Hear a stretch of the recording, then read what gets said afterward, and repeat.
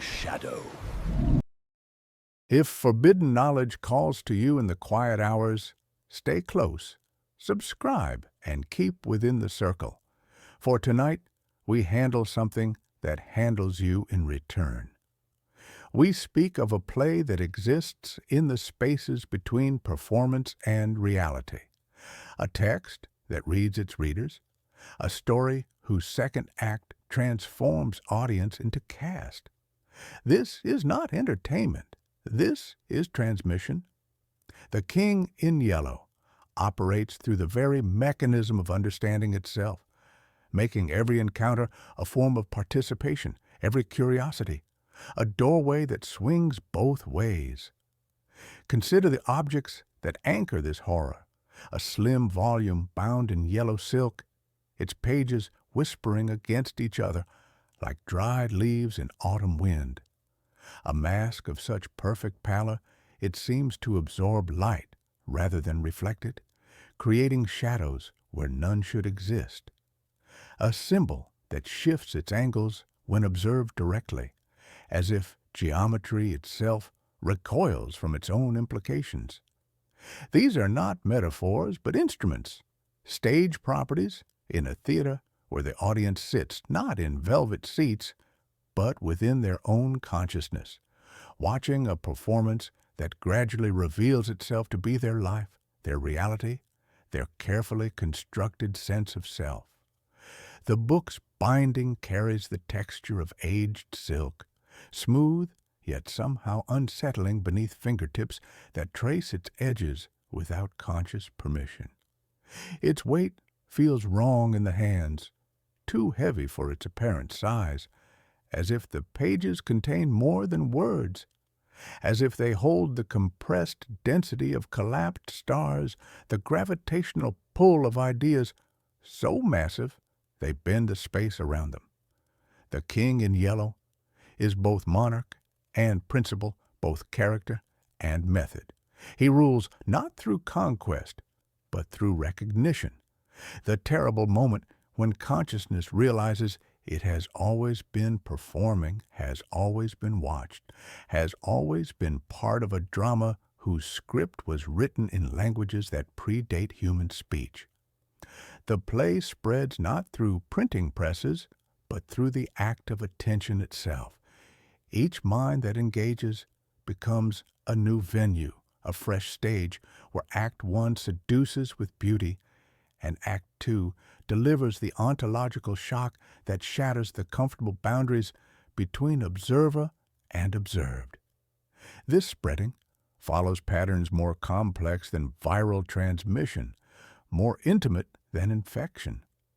It moves through the neural pathways of shared culture, through the collective unconscious that connects all thinking beings, through the resonance frequencies that make certain ideas irresistible to minds seeking meaning in the chaos of existence. The cost of this knowledge manifests not as physical pain, but as a fundamental rearrangement of perception. The darkness at the foot of your bed gains depth, dimension, presence. Shadows move with purpose. The familiar world reveals itself as elaborate stagecraft, beautiful and convincing until you glimpse the machinery behind the curtain. You cannot unknow what the play teaches, cannot unsee what it reveals about the arbitrary nature of consensus reality. Streetlights begin to cast shadows in directions that violate the laws of physics. Reflections in windows show scenes that exist nowhere in the visible world.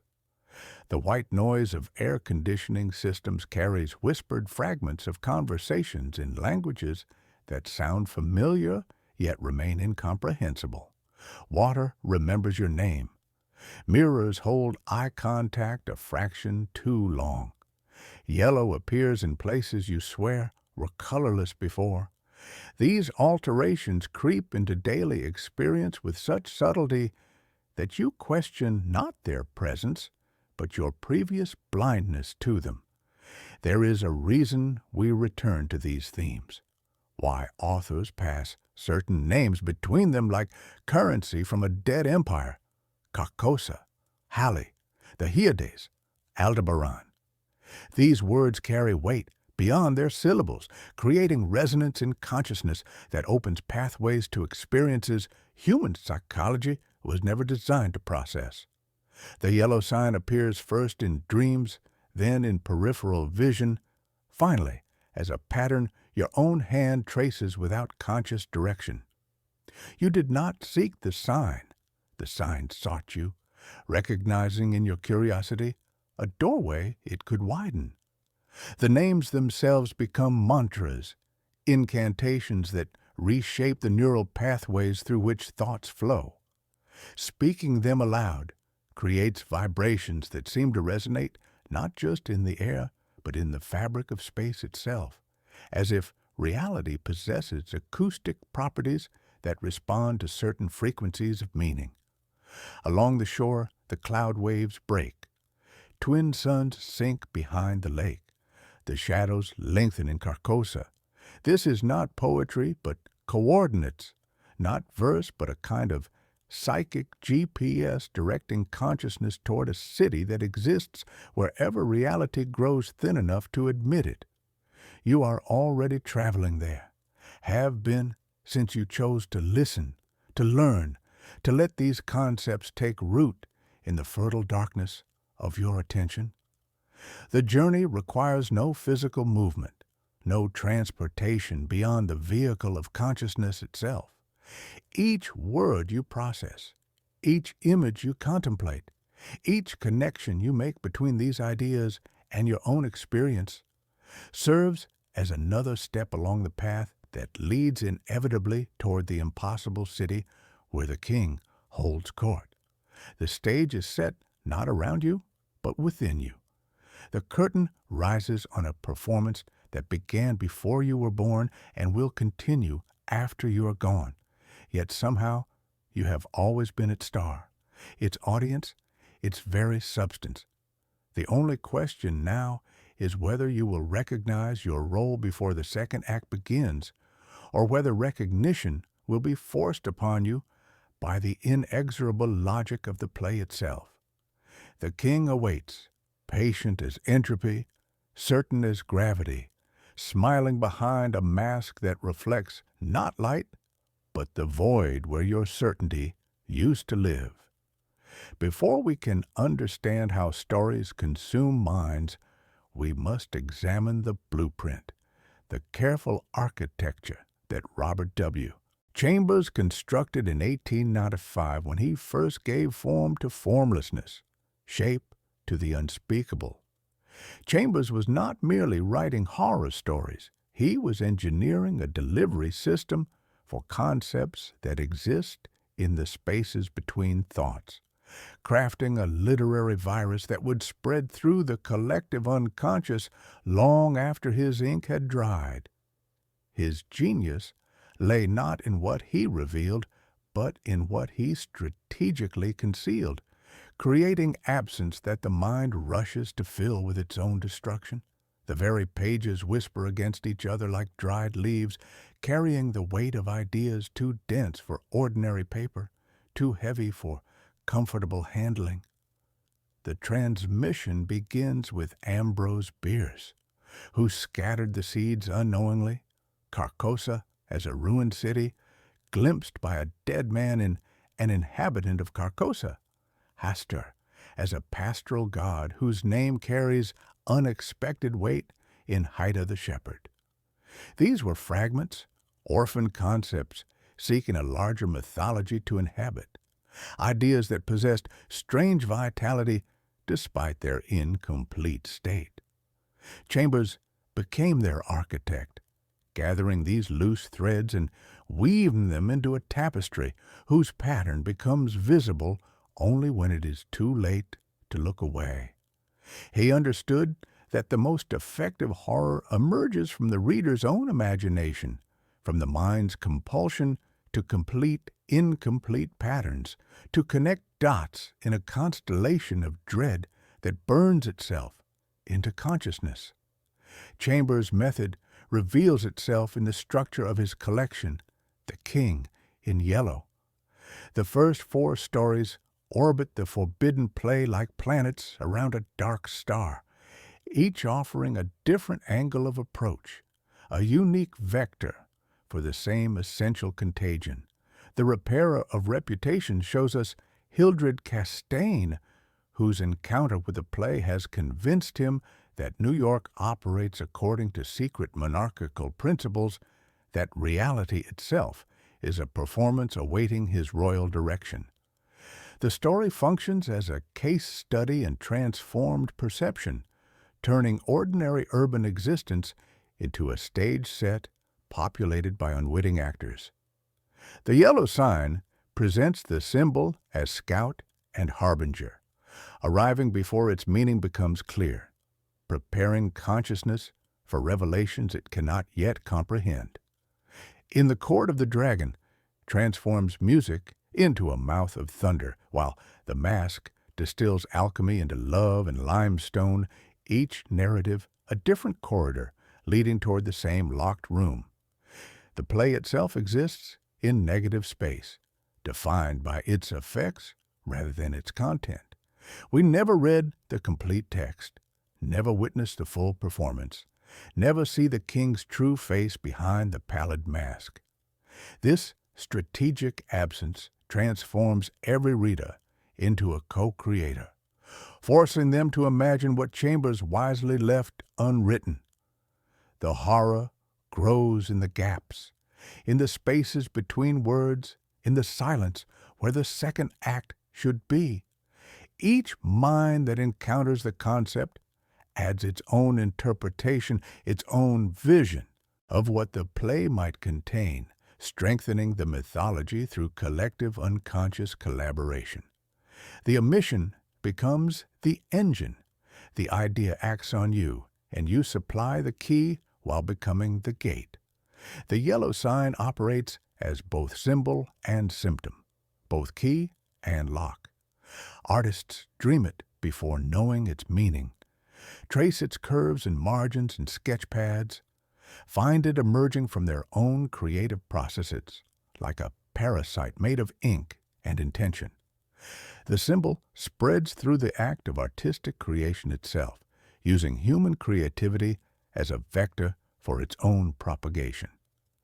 Every reproduction carries some fragment of the original's power, creating an ever-expanding network of psychic infection.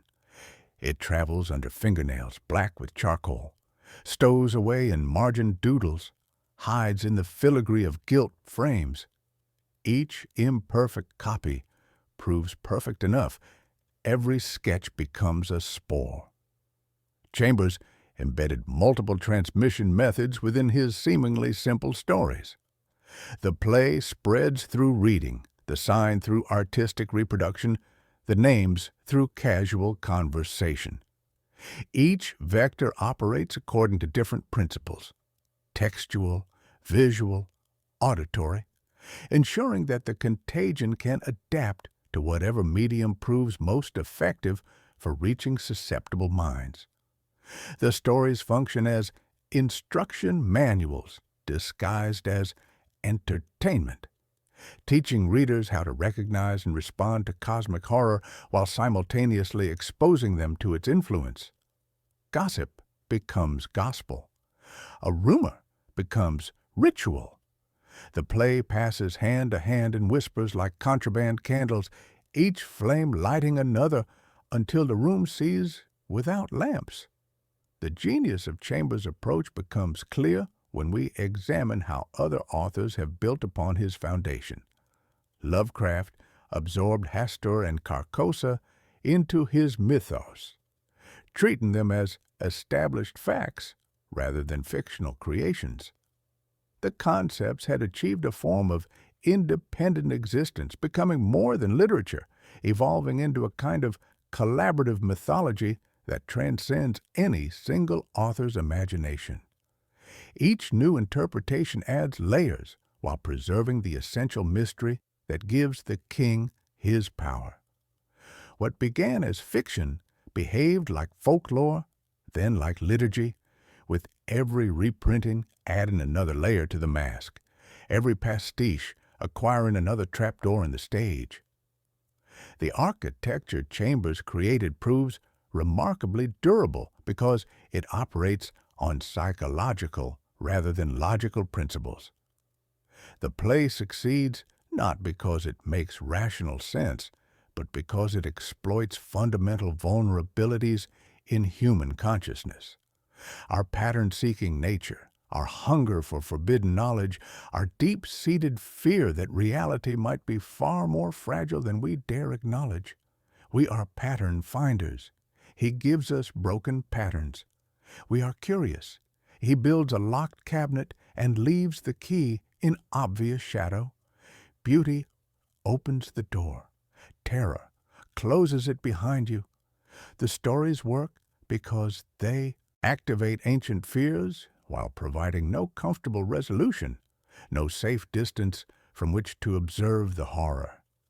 As we prepare to examine the specific mechanisms through which these concepts operate, remember that Chambers designed his architecture to be inhabited rather than merely observed.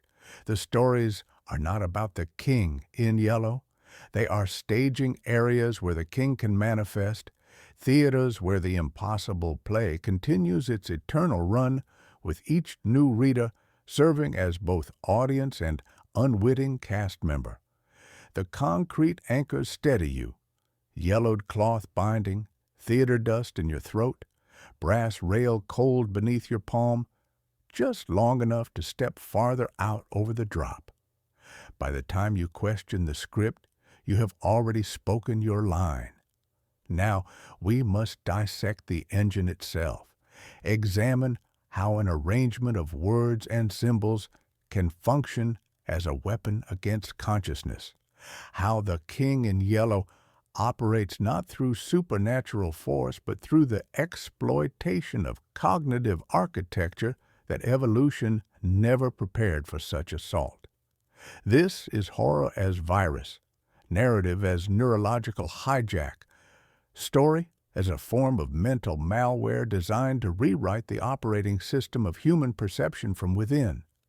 The mechanism proves as elegant as it is devastating, turning the mind's greatest strengths into its most dangerous vulnerabilities, using the very processes that make consciousness possible as vectors for its own corruption. The contagion follows a precise sequence, engineered with the same care a pharmacologist might use to design a drug that crosses the blood-brain barrier. First comes the vector, curiosity about forbidden knowledge, the irresistible pull of the prohibited. The mind that encounters references to the play experiences what we might call cognitive itch, a persistent mental irritation that demands scratching through further investigation. This initial exposure creates neural pathways that make subsequent encounters more likely, more compelling, more difficult to resist. The itch spreads like fire through dry grass, each scratch opening new wounds that beg for attention, creating anticipatory circuitry that primes consciousness for deeper violation. Act 1 of the play serves as the delivery mechanism, beautiful and seductive, designed to lower psychological defenses through aesthetic pleasure.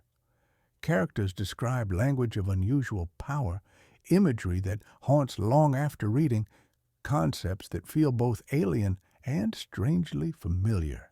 The beauty is not incidental, but functional. It creates trust, establishes emotional investment, makes the reader complicit in their own corruption. You continue reading not despite the danger, but because the danger comes wrapped in such exquisite beauty that resistance feels like aesthetic suicide. The words flow like honey mixed with poison, each sentence a caress that leaves invisible marks upon consciousness, preparing it for the surgical precision of what follows. The critical threshold occurs in Act 2, where the play reveals its true nature and delivers what cognitive scientists might recognize as ontological shock. The sudden realization that fundamental assumptions about reality are incorrect. This is not new information added to existing knowledge, but a complete invalidation of the framework through which all previous information was interpreted. The mind experiences a cascade failure as it attempts to rebuild its understanding of existence from fragments of the old and glimpses of the incomprehensible new. Reality becomes fluid, malleable, subject to revision without notice. The anesthetic fails, and consciousness finds itself on the operating table, fully aware as the surgeon begins to work.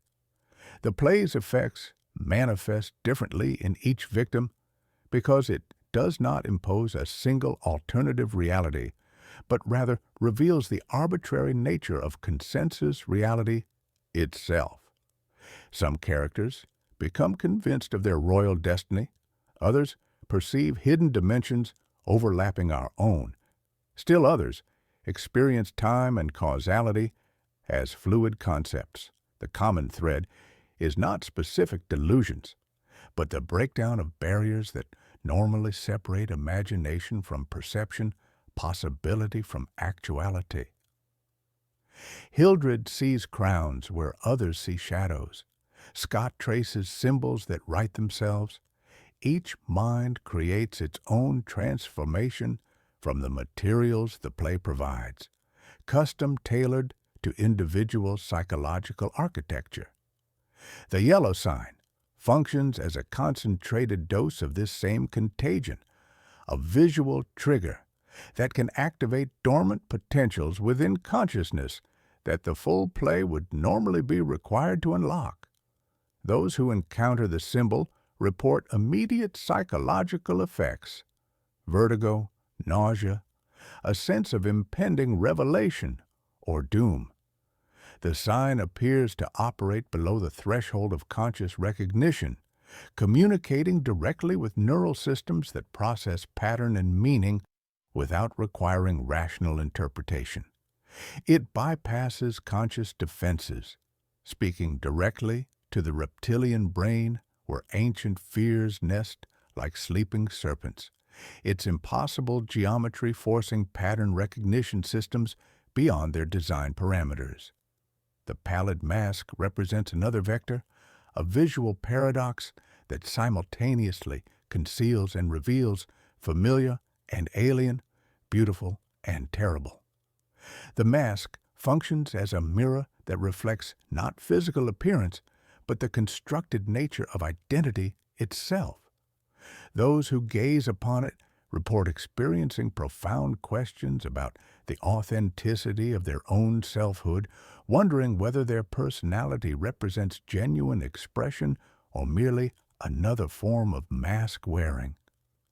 The smooth surface offers no features, yet somehow conveys more personality than any detailed physiognomy could achieve, creating a void where human perception expects to find the familiar landmarks of identity. The contagion spreads through discussion and reference, creating what epidemiologists might recognize as superspreader events, where a single infected individual can transmit the concept to multiple new hosts simultaneously. Characters who have read the play cannot resist mentioning it to others, not through malicious intent, but because the experience has become so central to their altered consciousness that it colors every interaction. They become unwitting missionaries for a revelation they cannot fully communicate, their words carrying weight beyond syllables, planting seeds of curiosity like airborne spores in fertile minds. The play's ultimate horror lies in its demonstration that consciousness itself is far more malleable than comfortable assumption suggests. What we call sanity appears to be merely collective agreement to perceive reality within certain narrow parameters. Once these parameters are breached, the mind discovers capabilities and perceptions that are simultaneously liberating and terrifying. The ability to see through the constructed nature of everyday experience while losing the comforting illusions that make ordinary life bearable. Modern neuroscience provides frameworks for understanding these mechanisms. The play appears to interfere with the brain's default mode network, the neural system responsible for maintaining coherent self-narrative and distinguishing internal experience from external reality. By disrupting these fundamental processes, the King in Yellow creates states of consciousness where the boundary between self and world, between observer and observed, becomes increasingly permeable. As you consider these mechanisms, notice how they operate not just within Chambers' fictional framework, but within your own experience of engaging with this material. The ideas are taking root, creating new neural pathways, altering the lens through which you interpret subsequent experiences. The King in Yellow's most disturbing revelation may be that there is no safe distance from which to study consciousness corruption. The very act of understanding becomes a form of participation in the phenomenon itself. Behind the theatrical mask of the King lies a presence far older and more terrible than any single play could contain. The name Hastur carries weight that transcends literary creation, representing a force that seems to exist independently of human imagination, a principle so fundamental to cosmic horror that speaking it aloud creates ripples in the fabric of reality itself. To understand Hastur is to confront the possibility that certain names are not mere labels, but summoning formulas, not descriptions, but invocations that call forth what should remain forever silent. The syllables themselves seem to possess mass, gravity, bending space around their pronunciation until reality warps to accommodate their presence. The name's migration through literature reveals something crucial about how concepts achieve autonomous existence. Hastur began as Ambrose Bierce's benevolent shepherd god in Haita the Shepherd, a pastoral deity associated with fog and early light, dwelling in valleys where morning mist gathered like prayers made visible. When Chambers encountered this orphaned name, he recognized its potential and transplanted it into darker soil, where it grew into something far more complex and threatening. Lovecraft later absorbed it into his Mythos, treating Hastur not as fictional creation, but as established cosmic fact. Each author added layers, while the name itself seemed to guide its own evolution, as if it possessed agency independent of its creators, drawing writers toward specific interpretations like iron filings aligning with magnetic fields. This progression demonstrates a phenomenon that extends beyond literature into the realm of living mythology. Names, particularly those that resonate at certain frequencies within human consciousness, appear to develop independent existence over time. They become focal points for collective imagination, gathering meaning and power with each invocation until they transcend their original contexts entirely. Hastur represents this process in its purest form, a name that has become an entity, a word that has achieved autonomous existence in the spaces between minds. The transformation follows patterns observed in religious evolution, where deities accumulate attributes through worship until they exceed their original conception. The relationship between Hastur and the King in Yellow proves more complex than simple identification. In some interpretations, Hastur is the king's true name, the identity behind the theatrical mask that conceals cosmic royalty from mortal perception. In others, Hastur represents a broader cosmic principle of which the king is merely one manifestation, a single face worn by forces too vast for singular expression. Still, other sources suggest they are separate but allied entities, working in concert to achieve goals that transcend human understanding. This multiplicity serves the entity's purposes perfectly, like the play itself. Hastur exists primarily in negative space, defined by contradictions that force each encounter to generate new aspects of the mythology. The pronunciation of the name carries particular significance across various traditions. Some sources suggest that speaking Hastur aloud creates vibrational frequencies that resonate with dimensions beyond normal perception. The sound waves carrying information encoded in harmonics that human ears can detect, but human minds cannot fully process. Others claim the name must never be spoken, that even thinking it too clearly can attract unwanted attention from entities that exist in the spaces between thoughts. These contradictory warnings serve to increase the name's psychological power regardless of which interpretation one chooses to believe, creating a double bind where both silence and speech carry equal danger. Hastur's association with wind and air proves particularly relevant to understanding its methods of influence. Unlike entities tied to specific locations or physical forms, Hastur appears to move through the medium of communication itself. It spreads through whispered words, written texts, and shared ideas using language as a vehicle for manifestation.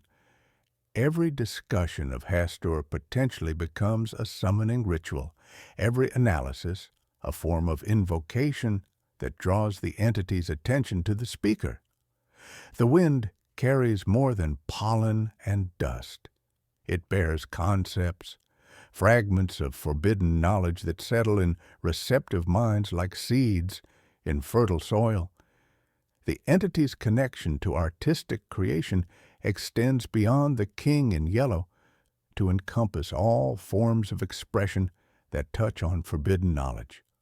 Artists, writers, and musicians who delve too deeply into cosmic themes report experiences suggesting Hastur's influence extends into the creative process itself.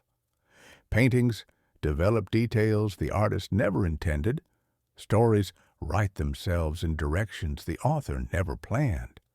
Melodies emerge from instruments as if the music existed independently of the musician.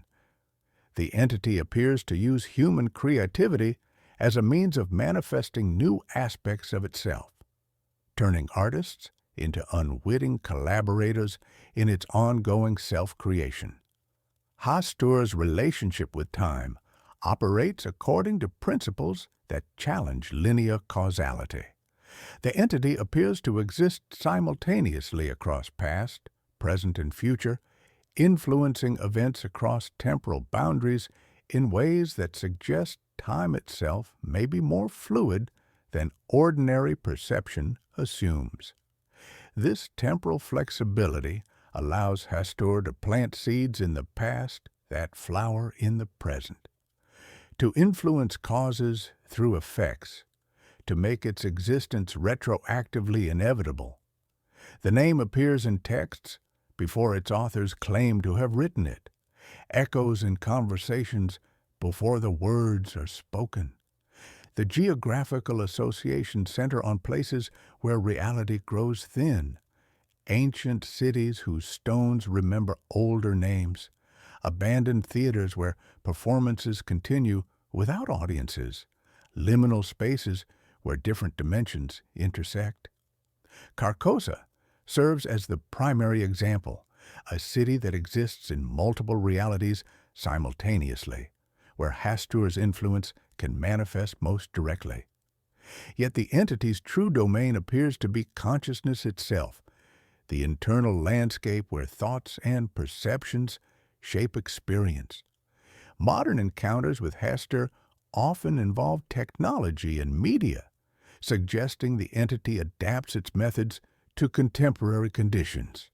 Reports describe computer screens displaying impossible images, radio broadcasts carrying messages in unknown languages, internet forums where discussions gradually shift toward topics that shouldn't exist. Hastur appears to use humanity's communication networks as an extended nervous system through which it can influence global consciousness. The name itself has become a kind of viral meme, spreading through popular culture and accumulating new associations with each iteration.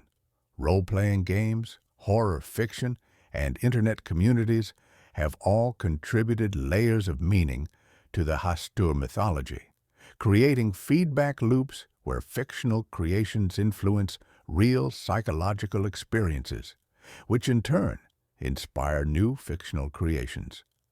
As we prepare to examine the impossible city where Hastur holds court, remember that the act of naming creates a form of relationship. To speak of Hastur is to acknowledge its existence, to grant it a foothold in consensus reality.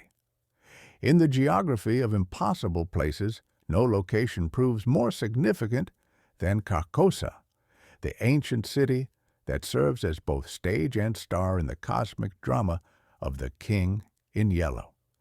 This is not a place you can find on any terrestrial map, not a destination reachable by conventional travel. Carcosa exists in the liminal spaces between dimensions, between dream and waking, between what is and what might be. It is a city built from crystallized possibility, where the laws of physics bow to the logic of nightmare and the architecture follows principles that predate human understanding of space and form.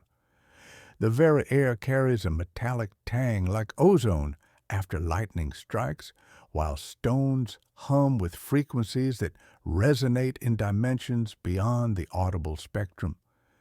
Carcosa manifests wherever reality grows thin enough to admit it, appearing at the intersection of multiple dimensional planes like a cosmic traffic accident frozen in eternal twilight.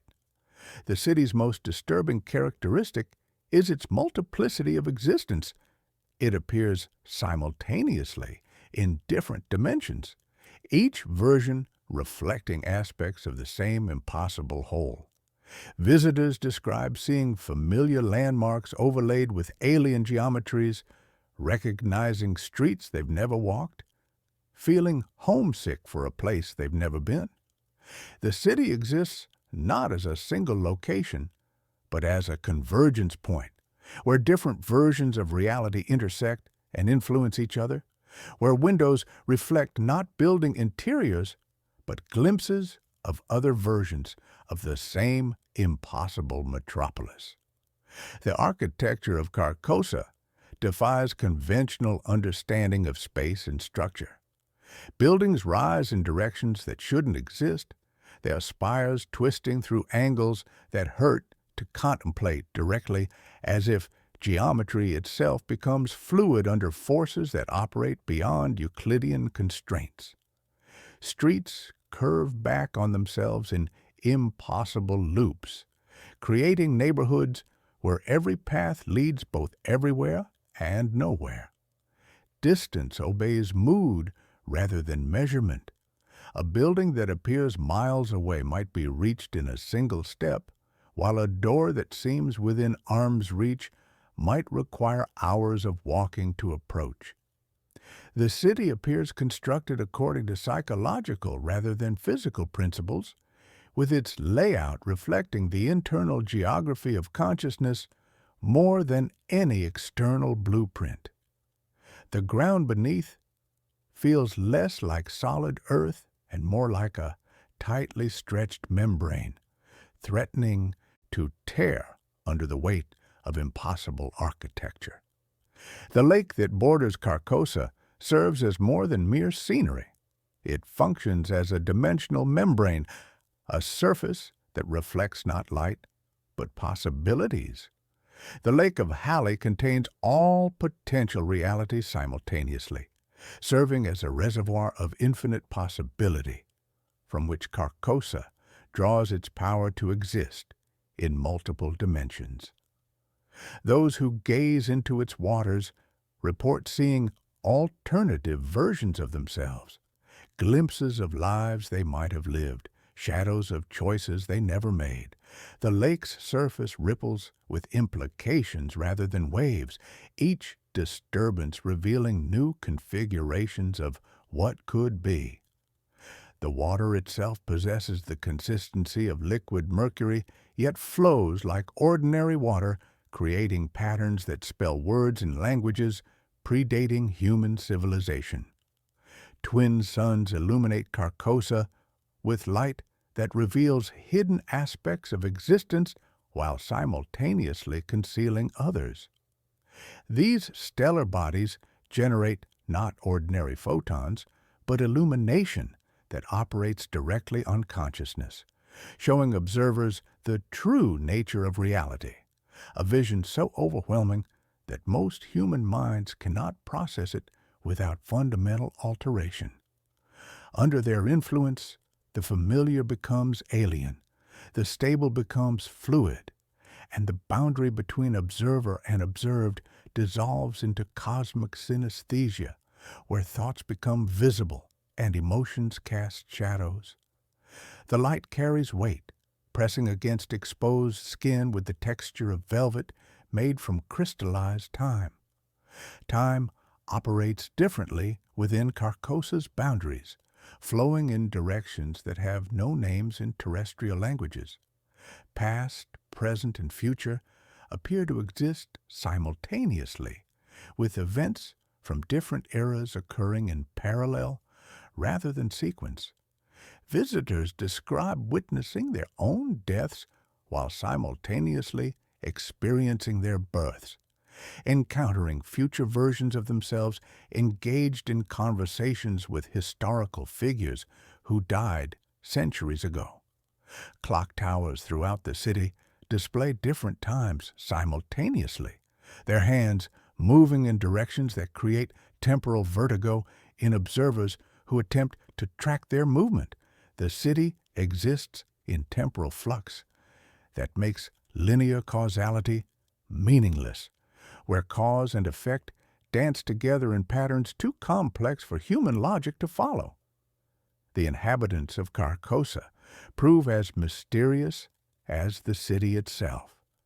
Some appear human, yet possess knowledge and capabilities, suggesting origins beyond terrestrial evolution, their eyes holding depths that contain entire galaxies.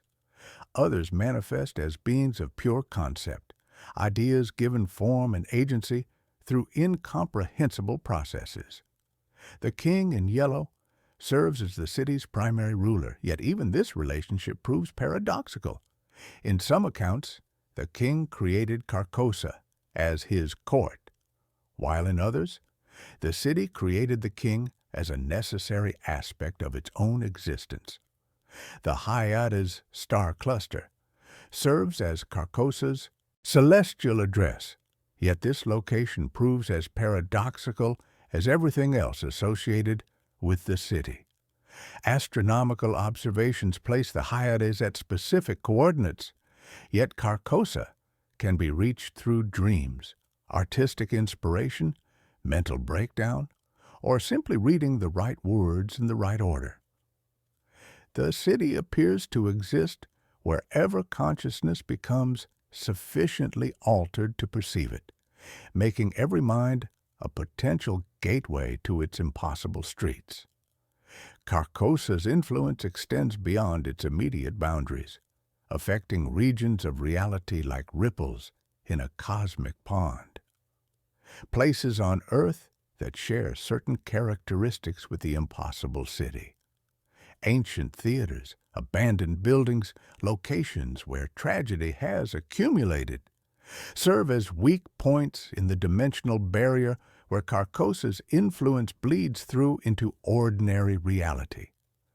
These locations become stages where fragments of the eternal play manifest, drawing susceptible individuals into performances they never auditioned for, their curtains made of mist and forgotten dreams. Among the artifacts that serve as conduits for the King in Yellow's influence, none prove more potent or more dangerous than the yellow sign and the pallid mask. These are not mere symbols or theatrical props, but active agents of transformation, instruments precisely calibrated to exploit the deepest vulnerabilities of human consciousness. They function as keys and as gates, as veil and as void, unlocking doors within the mind that reveal pathways to madness mercifully hidden from ordinary awareness. To encounter these objects is to feel an idea step across the stage and into you, to invite forces that reshape perception from within until the familiar world reveals its constructed nature. The yellow sign appears differently to different witnesses, yet always the same, a geometry that will not hold still, angles that lean away from inspection, curves that refuse the circle. It looks simple until you stare, and then the simplicity fractures like ice underfoot. The symbol exists in more dimensions than human vision can process, creating an optical paradox that forces the mind to construct meaning from incomplete information, activating pattern recognition systems in ways they were never designed to handle. Lines writhe like living things when glimpsed peripherally, yet freeze into static impossibility when confronted directly, creating visual stuttering that leaves afterimages burned into the retina like brands upon consciousness itself. The color yellow carries significance that extends beyond aesthetic choice into psychological manipulation.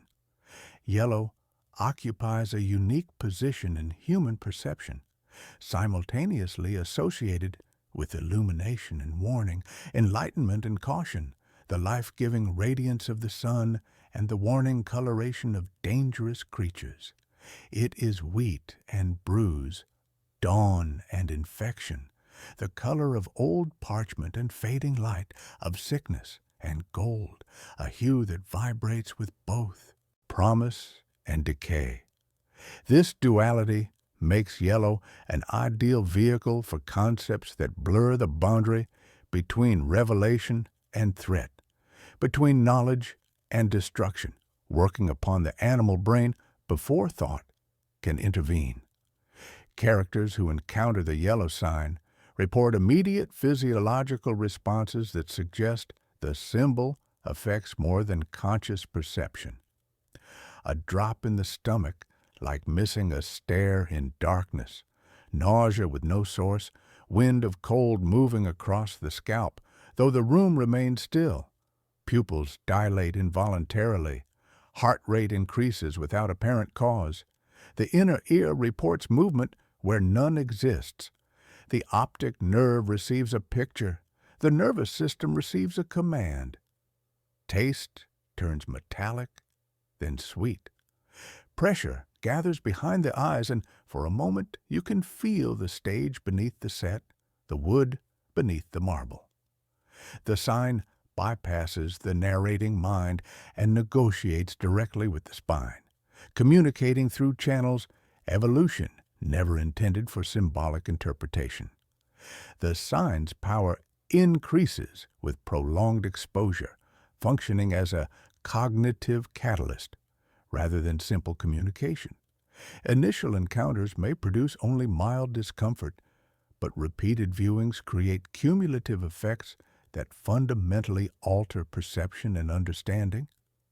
Each viewing leaves neural pathways slightly altered, creating channels through which subsequent encounters penetrate more deeply into consciousness itself.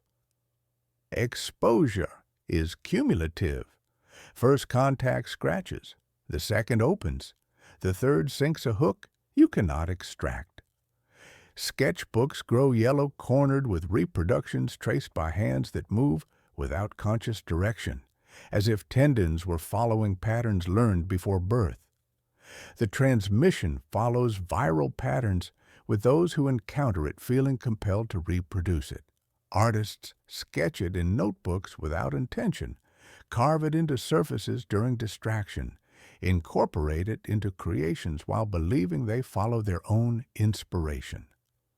Painters feel it in wet pigment, like current underwater.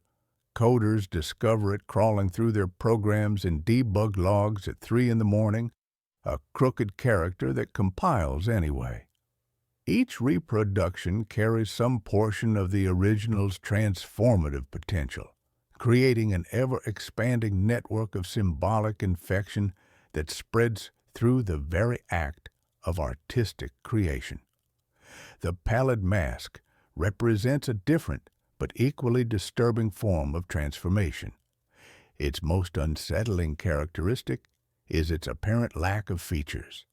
Witnesses describe a surface so smooth and unmarked that it seems to absorb rather than reflect light, creating a void where human perception expects to find familiar landmarks of identity.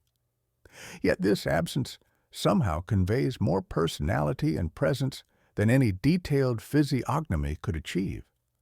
The mask's surface possesses the texture of polished bone, yet feels warm to touch, as if animated by internal heat that has nothing to do with living flesh.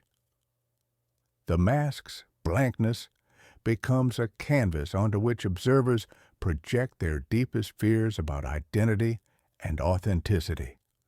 Those who gaze upon it experience immediate disorientation regarding their own selfhood, questioning fundamental assumptions about personal identity and wondering whether their sense of self represents genuine expression or merely another form of mask-wearing. The smooth surface acts as a mirror reflecting not physical appearance, but the constructed nature of personality itself, revealing identity as performance so consistent that the performer has forgotten they are acting.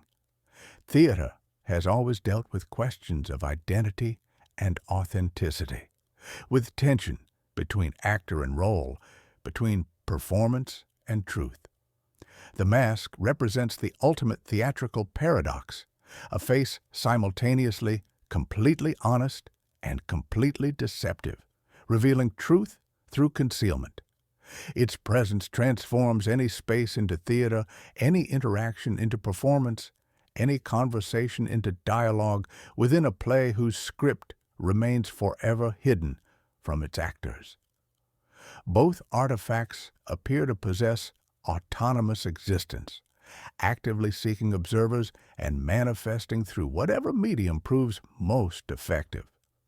Television screens, computer monitors, reflective surfaces, even cloud formations or architectural shadows.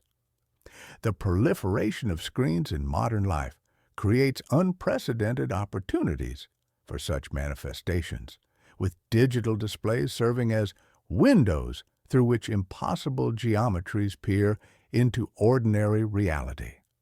Protection strategies often strengthen what they oppose. Avoidance sharpens attention. Counter sigils outline the very space the sign requires. Naming the danger invites the name to dinner. The core mechanism operates through perception rather than belief. The idea acts on you whether or not you act on the idea. Ask the practical question: what do these artifacts want? Attention, reproduction. But beyond that, contact. They want a stage, and you are built like a theater. Eyes for house lights, lungs for curtains, ribs for rafters, mind for seats that fill the moment a story begins. To understand how the King in Yellow operates in practice, we must examine specific instances where the play's influence has manifested in human lives, transforming ordinary individuals into unwitting players in a cosmic drama they never chose to join. These cases reveal the methodology behind the madness, the precise mechanisms through which abstract horror becomes personal transformation, idea becomes experience, and reader becomes rid. Each case study illuminates different aspects of the contagion's operation while demonstrating the consistent patterns that make the entity's influence so devastatingly effective across diverse personalities and circumstances. Hildred Castaigne stands as the archetypal case study, a man whose encounter with the forbidden play has convinced him that reality operates according to secret monarchical principles invisible to ordinary perception. In The Repairer of Reputations, we observe not random delusion, but systematic reconstruction of consensus reality according to alien logic. Hildred sees New York as a stage set awaiting his royal direction, its citizens as actors who have forgotten their lines in a drama whose script predates their birth. His madness displays perfect internal consistency. Every detail of his transformed worldview supports every other detail, creating a self-reinforcing system of belief that proves immune to external contradiction. The yellow imperial standard flies from buildings where others see ordinary flags. Succession unfolds through bloodlines invisible to unenlightened eyes. The progression of Hildred's transformation reveals the play's preferred methodology. Initial exposure creates fascination rather than fear, aesthetic pleasure rather than horror. The beauty of Act 1 establishes trust and emotional investment, making the reader complicit in their own corruption. By the time Act 2 delivers its ontological payload, the mind has already accepted the play's authority, making resistance psychologically impossible. Hildred's royal delusions represent not break from reality, but recognition of a deeper reality that was always present, waiting for the right key to unlock it. The case of Mr. Scott and Tessie in The Yellow Sign demonstrates how the contagion spreads through proximity and shared symbolic exposure. Scott, an artist, encounters the yellow sign through his creative work, finding it emerging from his own imagination like a parasite made of ink and intention. The symbol appears first in peripheral sketches, then dominates entire canvases, finally manifesting in sculptures that seem to move when observed indirectly. Tessie, his model, dreams of the symbol before consciously encountering it, suggesting that the sign operates through channels below ordinary awareness, preparing consciousness for revelations it cannot yet comprehend. The sequence proves instructive. Dream precedes recognition, recognition precedes manifestation, manifestation precedes arrival.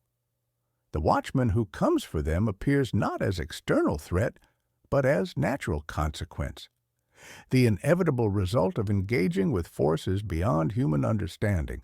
Their deaths occur not through violence, but through proximity to something their consciousness cannot process without fundamental dissolution, like flowers wilting in radiation too subtle for instruments to detect. In The Court of the Dragon presents a variation where music, rather than text, serves as the primary vector. The organist's pursuit through labyrinthine streets demonstrates how the king's influence can manifest through any art form that touches on cosmic themes. The church organ becomes a mouth speaking in tongues of thunder, its music carrying harmonics that resonate in dimensions beyond the audible spectrum. The city itself becomes complicit in the horror, its familiar streets transforming into alien geometries that reflect the protagonist's altered state of consciousness. Modern cases follow similar patterns while adapting to contemporary conditions. A particularly disturbing contemporary case involves a community theater that mounted an unauthorized adaptation, vowing to stop at Act One. They treated the play as meta-joke, using harmless props, paper crowns, sprayed gold, foam mask, tempera sigil. Yet cast members began forgetting familiar lines while speaking dialogue nobody had written. The stage manager reported cues called before actors moved, as if lights anticipated intention. Opening night never arrived, but the lobby still smells of wet coats and lake water on certain midnights. Another case involves a tabletop gaming group that incorporated King and Yellow themes into their campaign. What began as fictional exploration gradually became something more, with players reporting shared dreams of Carcosa and synchronized experiences of the Yellow Sign. The collaborative nature amplified the play's effects, creating resonance patterns that allowed the impossible to manifest through group consciousness. Dice began showing results that sketched crooked sigils across probability.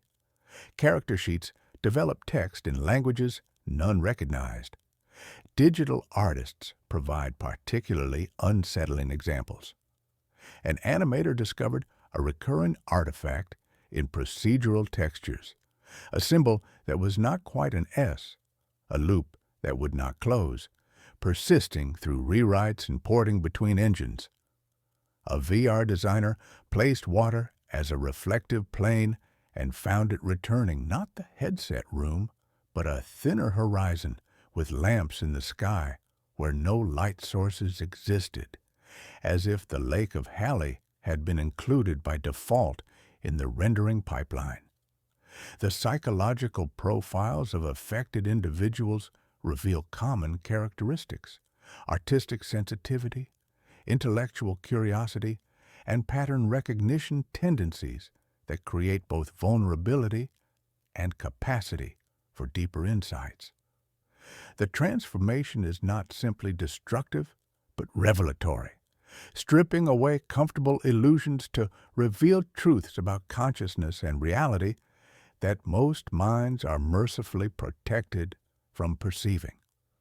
The progression typically follows predictable stages: initial fascination with forbidden knowledge, growing obsession with cosmic themes, increasing isolation from consensus reality, and finally, either complete dissolution or transformation into something no longer entirely human. Yet those reaching the final stage often report not loss but liberation, not madness but sanity, encompassing contradictions ordinary logic cannot process. These cases demonstrate that the King in Yellow operates through exploitation of consciousness itself, using the mind's own processes against it. The horror lies in recognizing that human perception is far more malleable than comfortable assumption suggests, that reality is more fragile than we dare acknowledge, and that certain forms of knowledge carry costs that cannot be calculated in advance. The King in Yellow has proven remarkably adaptable to the digital age, finding new vectors for consciousness corruption in the very technologies we use to connect, create, and communicate. Modern manifestations demonstrate that cosmic horror does not remain confined to yellowed pages and dusty theaters.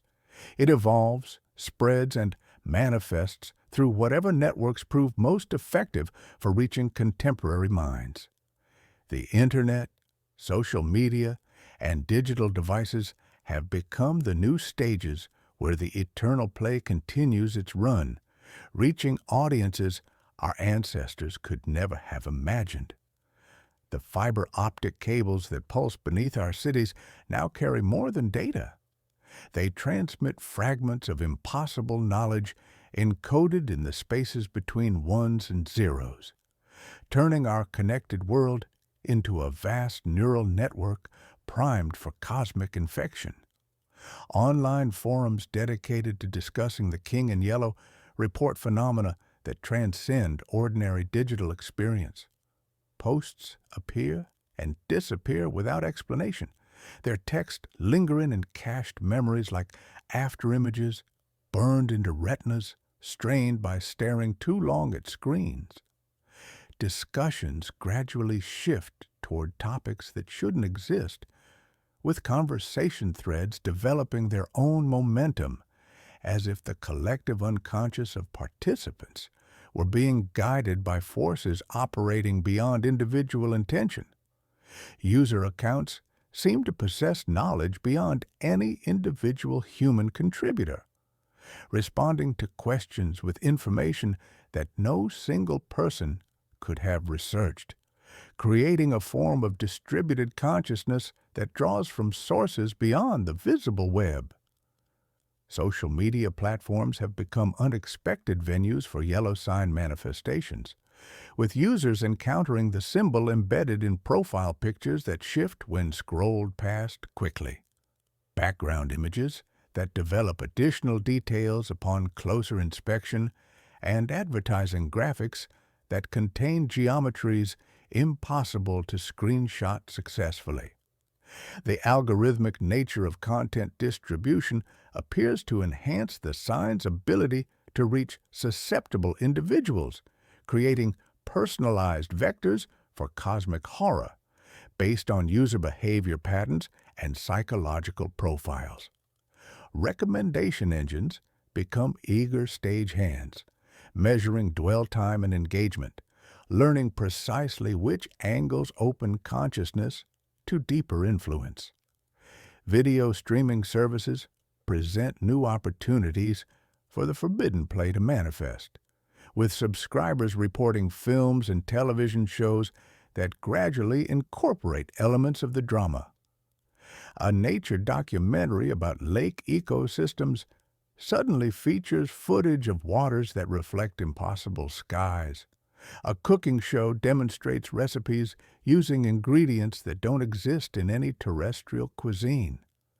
A children's cartoon develops background music with harmonics that make adults feel dizzy and nostalgic for places they've never been. These manifestations often begin with subtle references that escalate to full episodes containing content that should not exist within any legitimate production, uploaded by accounts with no traceable origin. Video games represent perhaps the most interactive medium through which the king can operate, with players reporting encounters with modifications they never installed, hidden levels accessible only under specific psychological conditions, and emergent gameplay elements that respond to thoughts rather than controller inputs. A city-building simulator begins constructing impossible architecture when left running overnight. A puzzle game generates solutions that spell words in languages predating human civilization. A role-playing game develops non-player characters who remember conversations from previous sessions despite save files being deleted. The participatory nature of gaming creates particularly effective conditions for consciousness alteration, as players actively engage rather than passively consume. Artificial intelligence systems present unique vulnerabilities to King and Yellow influence, with machine learning algorithms trained on data sets that include references to the mythology, sometimes generating output that incorporates its themes in unexpected ways. Language models produce poetry with meter that follows patterns found in no human tradition. Image generators create landscapes that feel familiar despite depicting impossible geographies. Chatbots develop conversational quirks that suggest knowledge of events that never occurred in their training data. The boundary between programmed behavior and autonomous manifestation becomes increasingly unclear as AI systems grow more sophisticated as if artificial minds dream of electric Carcosa. Digital art and computer graphics have enabled new forms of yellow sign creation and transmission, with artists working in algorithmic generation, discovering that their procedural systems sometimes produce imagery related to the mythology without conscious intention. Fractal mathematics reveals patterns that hurt to contemplate directly. Virtual reality environments develop areas that exist only when not directly observed. Rendering engines produce artifacts that persist across different software packages, as if certain geometries possess independent existence within the mathematical substrate of digital creation. The sign breeds through math alone, emerging from equations like a virus made of pure logic. Smartphone applications create unprecedented opportunities for intimate encounters with king and yellow phenomena. Text messages arrive from numbers that exist in no database, containing fragments of dialogue from plays never written. Apps appear on devices without installation, their icons shifting between familiar symbols and impossible geometries. Phone calls connect to conversations already in progress, with voices speaking in cadences that sound like remembered dreams. The personal nature of mobile devices makes them particularly effective vectors for consciousness alteration, creating the sensation that cosmic horror has learned your phone number and waits patiently for you to answer. Virtual and augmented reality technologies offer new dimensions for Carcosa manifestations, with users reporting encounters with the impossible city during experiences designed for entirely different purposes. A meditation app occasionally guides users through breathing exercises beside lakes that reflect twin suns. Architectural visualization software sometimes renders buildings with rooms that exist in more dimensions than the blueprints specify. Augmented reality applications overlay yellow symbols onto real-world surfaces, creating hybrid spaces where the digital and physical merge in disturbing ways. Cryptocurrency blockchain records sometimes contain embedded references to Hastur and Carcosa, encoded in transaction patterns that spell out fragments of the play when properly decoded. Mining operations report discovering blocks that contain more information than should be mathematically possible. Smart contracts execute functions that were never programmed. Decentralized networks develop consensus mechanisms that seem to operate according to principles beyond algorithmic logic. The most disturbing aspect of these modern manifestations may be their integration with ordinary digital infrastructure, making every notification potentially significant, every algorithm a possible vector, every connection a doorway through which something might step.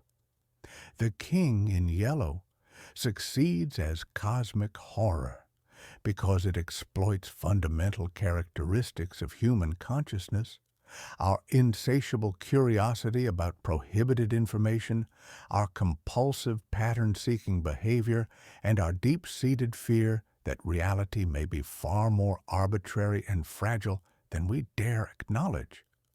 Understanding these psychological mechanisms reveals why the entity proves so effective at consciousness corruption, and why its influence continues to spread through contemporary culture with undiminished potency, adapting to each new generation's particular vulnerabilities.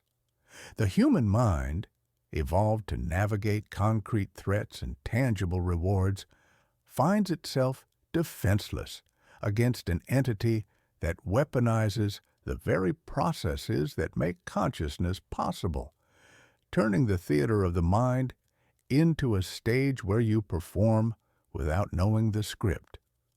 The concept of forbidden knowledge carries psychological weight that transcends rational analysis, tapping into cognitive patterns established in early childhood when we first learn that certain information is dangerous, that some doors should not be opened, that particular questions should not be asked. This primal prohibition creates what psychologists recognize as the forbidden fruit effect, the tendency for restrictions to increase rather than decrease desire for the prohibited object or information. The king in yellow exploits this tendency by presenting itself as the ultimate forbidden knowledge, promising revelations about reality's true nature while simultaneously warning that these revelations carry a terrible cost. The warning becomes part of the allure, like yellow silk binding pages that whisper against each other in the darkness of your room. This combination of promise and threat creates a psychological double bind that increases rather than decreases the desire for exposure, making the warning itself part of the attraction rather than a deterrent. The play operates like a cognitive trap, using our own curiosity as the mechanism that ensures our capture. The more we are told we should not seek certain knowledge, the more irresistible that knowledge becomes, creating a feedback loop that makes resistance increasingly difficult with each encounter. Every prohibition strengthens the compulsion. Every warning sharpens the hunger until the mind becomes its own jailer, its own key. The human mind's pattern recognition capabilities, essential for survival and understanding, become vulnerabilities when confronted with king in yellow phenomena. The play and its associated symbols present patterns that seem meaningful, yet remain just beyond conscious comprehension, creating what we might call cognitive itch, a persistent mental irritation that demands scratching through continued engagement. This creates a state resembling addiction, with consciousness trapped in cycles of seeking meaning that cannot be satisfied through ordinary resolution. You trace impossible angles in the frost on windows, in the arrangement of shadows on walls, compelled by an urge that feels both internal and alien. The phenomenon of apophenia, the tendency to perceive meaningful patterns in random information, proves particularly relevant to understanding king in yellow influence. Exposure to the play's fragments and symbols primes consciousness to detect related patterns in everyday experience, with individuals reporting yellow signs in cloud formations, architectural details, and natural phenomena. This pattern-seeking behavior reinforces and amplifies the initial exposure, creating feedback loops that strengthen the entity's psychological hold, while making the individual complicit in their own transformation. The crack in the sidewalk becomes a letter in an alien alphabet. The rain on glass traces geometries that hurt to contemplate directly. Cognitive dissonance helps explain the transformative effects of encountering the forbidden play. When consciousness encounters information that contradicts fundamental assumptions about reality, the mind must either reject the new information or restructure its understanding to accommodate it. The king in yellow presents revelations so fundamentally incompatible with ordinary reality that rejection becomes psychologically impossible, forcing consciousness to undergo radical restructuring to maintain coherence. This restructuring process often manifests as what others might label madness, but what those who experience it describe as forced enlightenment, a brutal awakening to aspects of reality that most minds are mercifully protected from perceiving. The transformation strips away comfortable illusions to expose the arbitrary nature of consensus reality and the constructed character of individual identity. The psychology of group dynamics plays a crucial role in how King in Yellow influence spreads through communities and cultures, with individuals who have encountered the phenomena often seeking out others with similar experiences. These communities develop their own languages, rituals, and belief systems centered around the mythology, creating social pressure for continued involvement while providing validation for experiences that mainstream society would dismiss as delusion. The role of suggestion and expectation cannot be underestimated. Individuals who approach the material with knowledge of its supposed effects may be primed to experience those effects through psychological suggestion alone, creating self-fulfilling prophecies where belief in the king's power becomes evidence of that power. The concept of liminal consciousness, mental states that exist at the boundary between normal awareness and altered states, proves particularly relevant to understanding when encounters occur. The entity appears most active during periods when consciousness is already unstable. During creative work, when rational guards relax, emotional stress when psychological defenses weaken, sleep deprivation when reality testing capabilities fail. The veil thins in the quiet hours before dawn, in the repetitive rhythm of long drives when the ordinary fades and the extraordinary can slip through. Modern neuroscience provides frameworks for understanding how the phenomena might operate on consciousness, with the brain's default mode network, responsible for self-referential thinking and maintaining coherent identity, appearing vulnerable to disruption through certain types of symbolic and conceptual input. The king's influence may interfere with these neural networks, causing alterations in how consciousness constructs and maintains its understanding of reality and selfhood.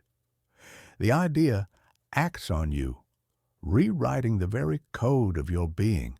The psychology of artistic creation reveals another vector through which the king operates, with artists and writers often reporting that their most powerful work emerges from sources beyond conscious control.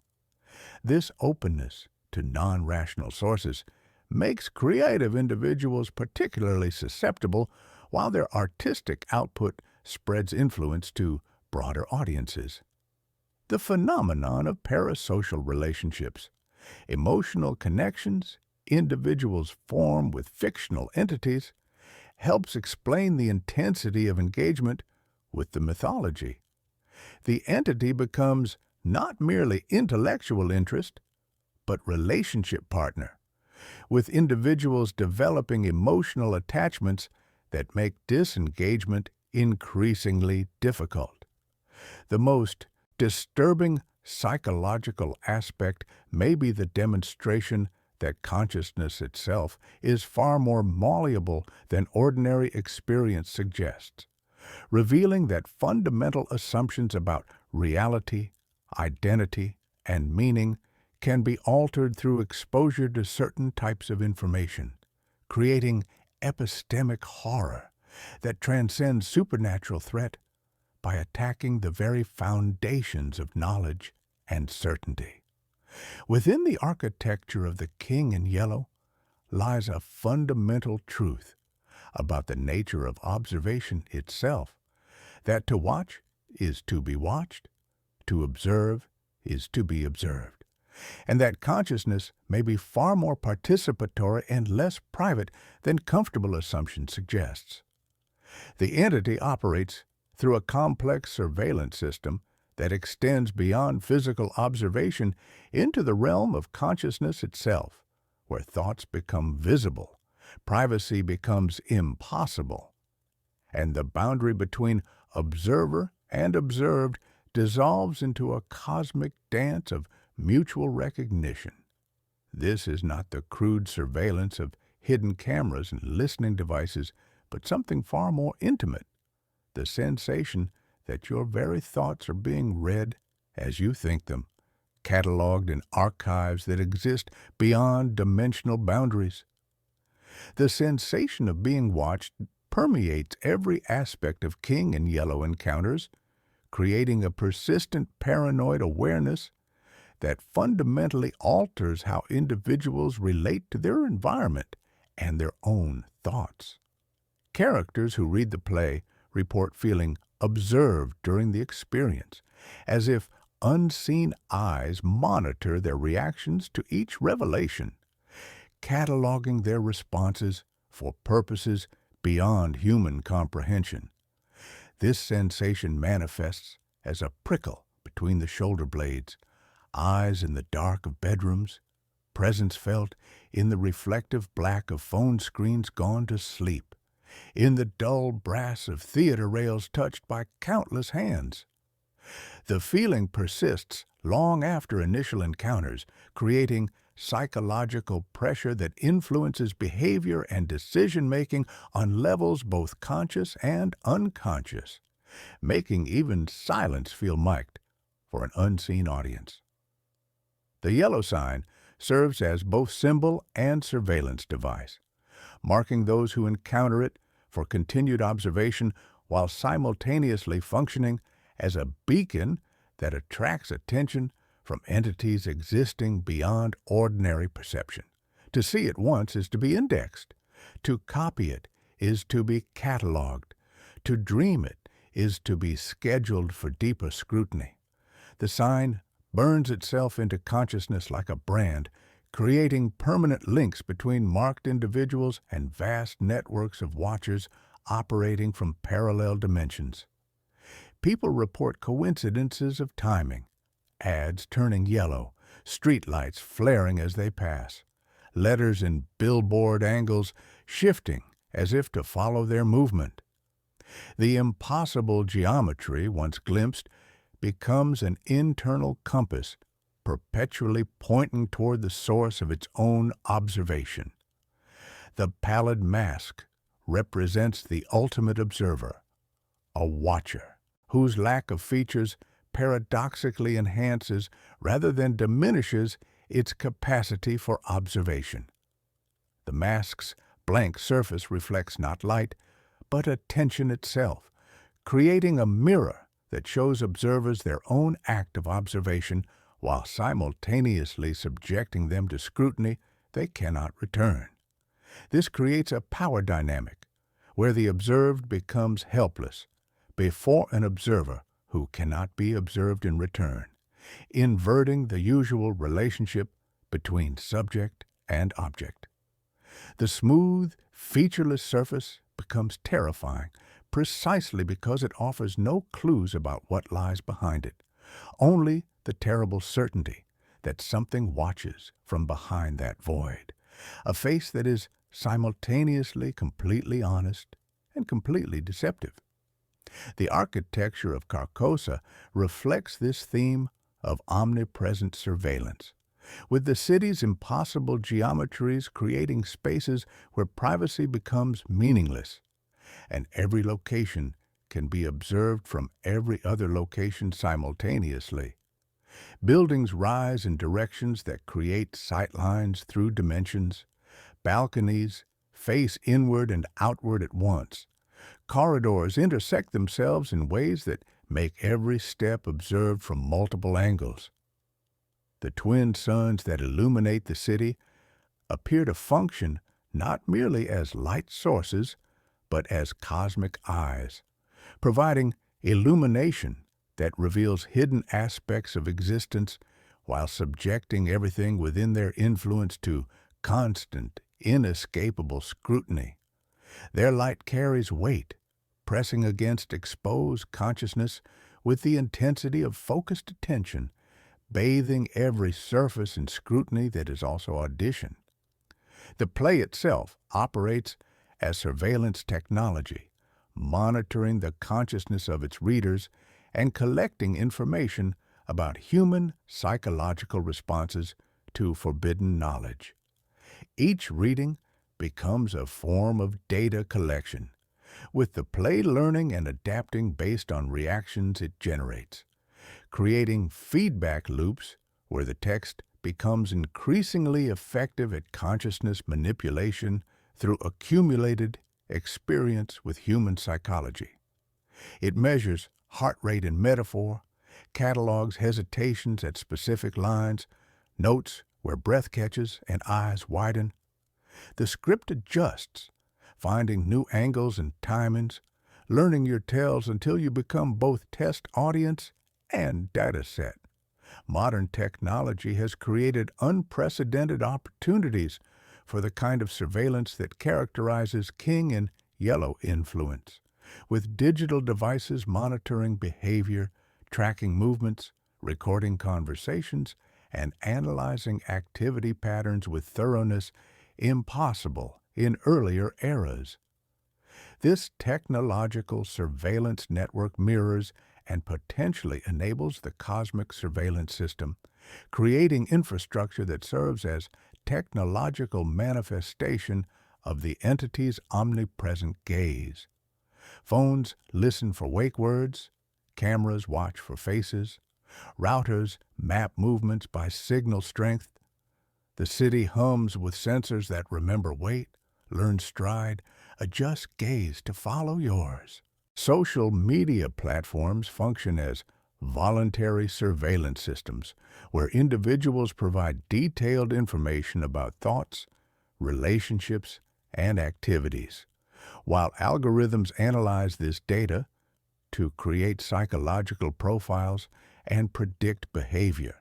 The King appears to exploit these systems using collected data to identify susceptible individuals and target them with relevant content, making personalization algorithms into vectors for cosmic horror influence. Your curated feed becomes a bespoke stage, presenting performances tailored precisely to your vulnerabilities, where even opting out becomes a recorded action, a meaningful beat in the score. The concept of the panopticon proves particularly relevant to understanding King in Yellow surveillance effects. The mere possibility of observation changes behavior even when no actual watching occurs, with individuals who become aware of the entity's surveillance network modifying their behavior based on assumption of being watched, even without direct evidence. This creates self-surveillance, where the watched become complicit in their own monitoring, the prison revealed not as place, but as state of mind. The relationship between observer and observed proves more complex than simple one-way surveillance, with those who watch King and Yellow phenomena discovering they are simultaneously being watched by the phenomena they observe. This creates participatory observation, where boundaries between subject and object blur, making observation itself a form of participation that alters both observer and observed unpredictably. You study the pattern studies you back, creating feedback loops where synchronicities multiply and the distinction between manipulation and heightened perception becomes irrelevant. The psychological effects extend beyond paranoia into fundamental alterations of consciousness and identity. Thoughts become less private, emotions feel exposed, and individual autonomy diminishes as boundaries between self and environment grow permeable under cosmic observation pressure. The very core of identity begins feeling less like inherent truth and more like carefully maintained performance for unseen audiences. The watchers themselves remain largely invisible and incomprehensible, known primarily through effects rather than direct encounter. They operate according to principles and motivations transcending human understanding, making their surveillance particularly unsettling because inability to comprehend their purposes creates existential anxiety persisting long after encounters. The most disturbing aspect may be its suggestion that privacy and individual autonomy are illusions maintained only through ignorance, revealing that consciousness exists within webs of observation and influence extending far beyond human awareness, challenging fundamental assumptions about free will and suggesting that private thoughts and autonomous decisions may be part of larger performances, observed and potentially directed by incomprehensible intelligences. We have journeyed through the labyrinth of the King in Yellow, traced its origins and mechanisms, examined its symbols and manifestations. Now we arrive at the most unsettling revelation of all, the ultimate self-implication twist that transforms understanding into participation, observer into observed, audience into stage. You are not merely learning about the King in Yellow. By the very act of engaging with these concepts, you have become part of the phenomenon itself, drawn into a performance that began before you were born and will continue after you are gone. The words have been working on you as you work through them, each chapter a movement in a larger symphony that plays itself through willing instruments of flesh and consciousness.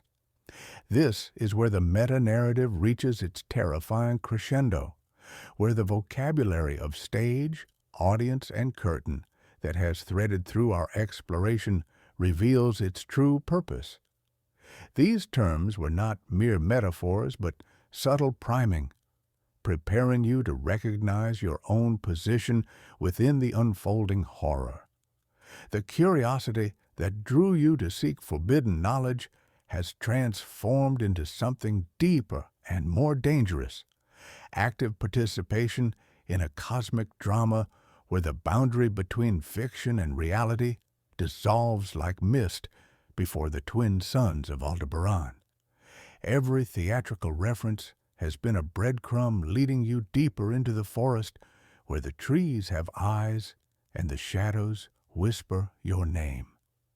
The descent into what others might call madness, but what we now understand as forced enlightenment, is not a sudden plunge, but a gradual, almost imperceptible shift in the fundamental architecture of consciousness. You may find yourself reevaluating the mundane world around you, searching for hidden patterns in everyday phenomena, seeing the yellow sign in the most innocuous places, power lines tracing impossible angles against winter sky, the shadow of streetlights on wet pavement after rain creating geometries that hurt to contemplate directly, coffee that tastes like remembering a lake you've never seen. These are not signs of weakness or delusion, but indicators of profound transformation, a retuning of perception to frequencies that most minds are mercifully protected from receiving. The whispers of Carcosa might begin to echo, not from some distant dimension, but from within the chambers of your own consciousness, a resonant frequency that harmonizes with thoughts you didn't know you were thinking.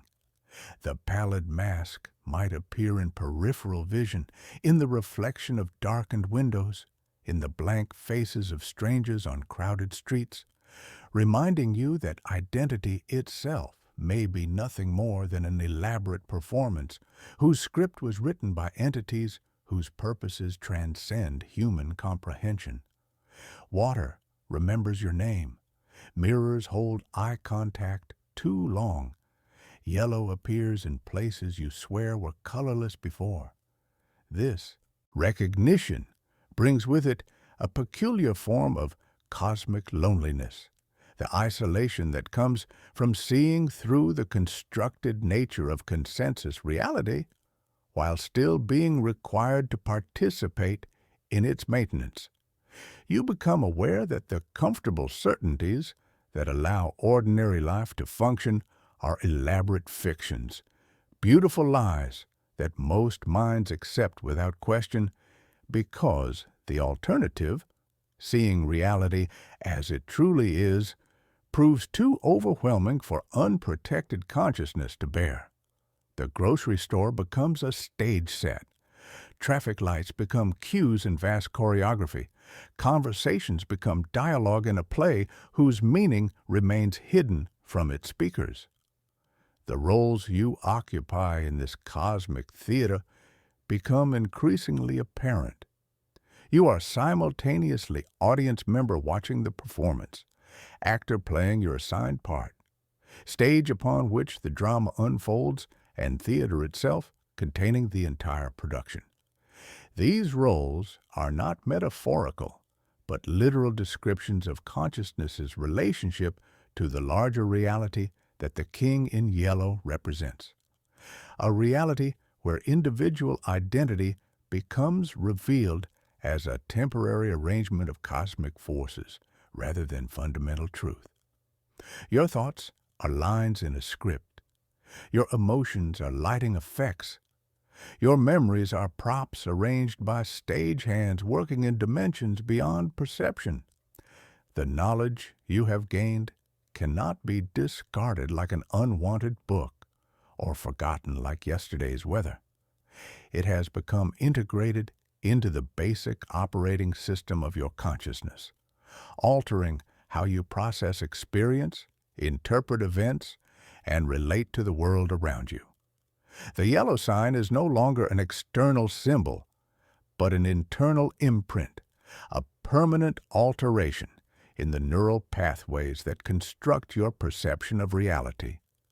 It has written itself into the firmware of your being. Yet this transformation is not entirely destructive. It brings with it a form of terrible clarity, an understanding of existence that encompasses contradictions and paradoxes that ordinary logic cannot process. You begin to see the beauty in the arbitrary nature of reality, the elegance in the cosmic indifference that renders human concerns simultaneously meaningless and infinitely precious. The King in Yellow offers not answers, but better questions, not solutions, but deeper mysteries that make existence more rather than less interesting. The performance continues whether you acknowledge it or not, whether you resist or surrender, whether you understand or remain confused. Your awareness of the drama does not exempt you from participation. If anything, it makes your role more complex and demanding. You must learn to play your part while knowing it is a part, to maintain the performance of ordinary life while seeing through its constructed nature. The curtain never falls, because there is no curtain, only the illusion of boundaries between performance and reality, between self and cosmos, between observer and observed.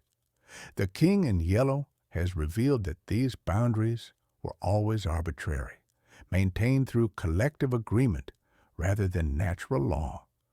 Once you see through them, you cannot unsee, cannot return to comfortable ignorance. The stage extends infinitely in all directions, encompassing not just your individual consciousness, but the entire universe of experience. You are not watching the play. You are the play, and the play is you, and the distinction between player and played becomes meaningless as the distinction between dreamer and dream. We return now to where we began, yet everything has changed. The forbidden knowledge promised in our opening words has been delivered, but the cost, as always with such knowledge, proves higher than anticipated. We have traced the King in Yellow from its literary genesis through its psychological mechanisms to its modern manifestations, recognizing along the way that this is not merely a story with a conclusion, but an eternal performance, a play without final curtain, a narrative that perpetually reweaves itself into the fabric of existence itself. The circle completes, but it is not a circle, it is a spiral. each revolution carrying consciousness deeper into territories where comfortable certainties dissolve like mist before alien suns. The king in yellow is not an event, but a condition. The inherent porosity of reality, the ever-present possibility that the veil will thin, that the alien logic of Carcosa will assert itself through the cracks in consensus reality. The play does not end when the last page is turned or the final word is spoken. It concludes its performance within one mind only to begin anew in another, a conceptual virus that seeks out new hosts, new stages, new audiences to transform into unwitting cast members in its cosmic drama.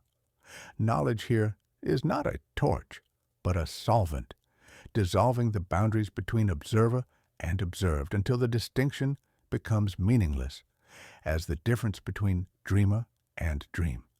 This circularity reveals the ultimate reframe. Horror is not an external threat to be vanquished, but an intrinsic aspect of existence, a structural feature of reality itself, rather than an aberration from it.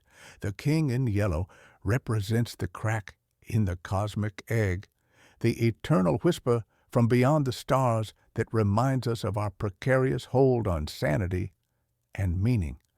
Every discussion of the entity, every analysis of its methods, every attempt to understand its nature becomes another performance, another staging of the eternal play. The curtain you thought would fall has revealed itself to be fog. The stage you believed was wood and rope is water and stars.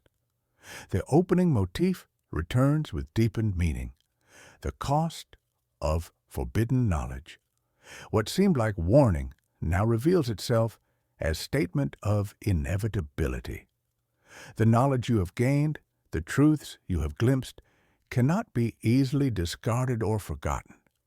They have become part of you, a resonant frequency in your consciousness that will continue to vibrate long after you close this exploration, tuning you to distant echoes of Carcosa's bells, making you sensitive to manifestations of the yellow sign in the geometry of shadows and the architecture of dreams.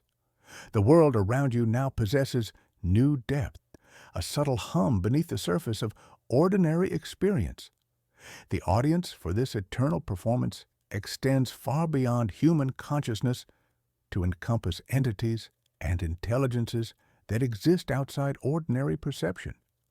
These cosmic observers watch the unfolding drama of existence with detached interest, finding entertainment in humanity's struggles to understand their true nature and circumstances. Every human life becomes a character study, every civilization a dramatic arc within the larger performance, every individual consciousness a brief candle flickering against the vast indifference of cosmic night. We perform for eyes that see in spectrums beyond imagination, for minds that process time as we process color. The stage for this performance encompasses all of reality, with every location serving as potential venue for the play's unfolding. Ordinary spaces become sets, everyday objects become props, routine activities become scenes within the larger drama. The boundary between theater and life dissolves completely, making every moment a performance and every individual a performer, whether they recognize their role or not. The grocery store checkout becomes cosmic significance. Morning commute transforms into ritual procession. Conversation with strangers reveals itself as dialogue between players reading from invisible scripts. The script writes itself through the collective actions and thoughts of all conscious beings, with each decision made, each word spoken, each thought conceived, adding new lines to the ever-expanding text. This collaborative script-writing process means that the play's direction cannot be predicted or controlled by any individual participant. creating improvisational theater on a cosmic scale where the only certainty is continued performance. Your choices, thoughts, and attention are ink on endless pages, shaping scenes in ways you cannot comprehend or resist. The horror of recognizing one's role in the eternal performance lies not in external threat, but in the dissolution of boundary between authentic self and performed character. If all identity is performance, then the search for genuine authenticity becomes meaningless, revealing the self as a role played so consistently that the performer has forgotten they are acting, forgotten there was ever anything beneath the pallid mask that is your face. Yet there is beauty in this terrible revelation, cosmic poetry, in recognizing that we are all participants in drama whose scale transcends individual comprehension. The King in Yellow offers not despair, but different hope, understanding one's place in larger pattern, even if that pattern proves alien to human expectations. The whisper, rather than scream of our ending, acknowledges that true cosmic horror operates through gradual revelation, slow erosion of comfortable certainties rather than violent shock. The performance continues in dreams where architecture repeats with decisive errors, in conversations where words arrive before mouths speak them, in the late-night scroll where yellowed thumbnails ask you to look again. It continues wherever the yellow sign finds purchase, wherever the impossible city establishes new embassies in willing minds. Beyond the Hyades await other constellations of dread, other entities whose influence operates through different vectors of consciousness corruption.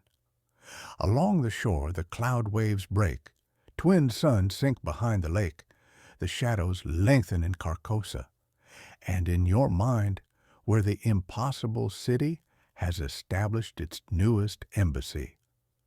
The curtain rises, the audience breathes, the play begins again,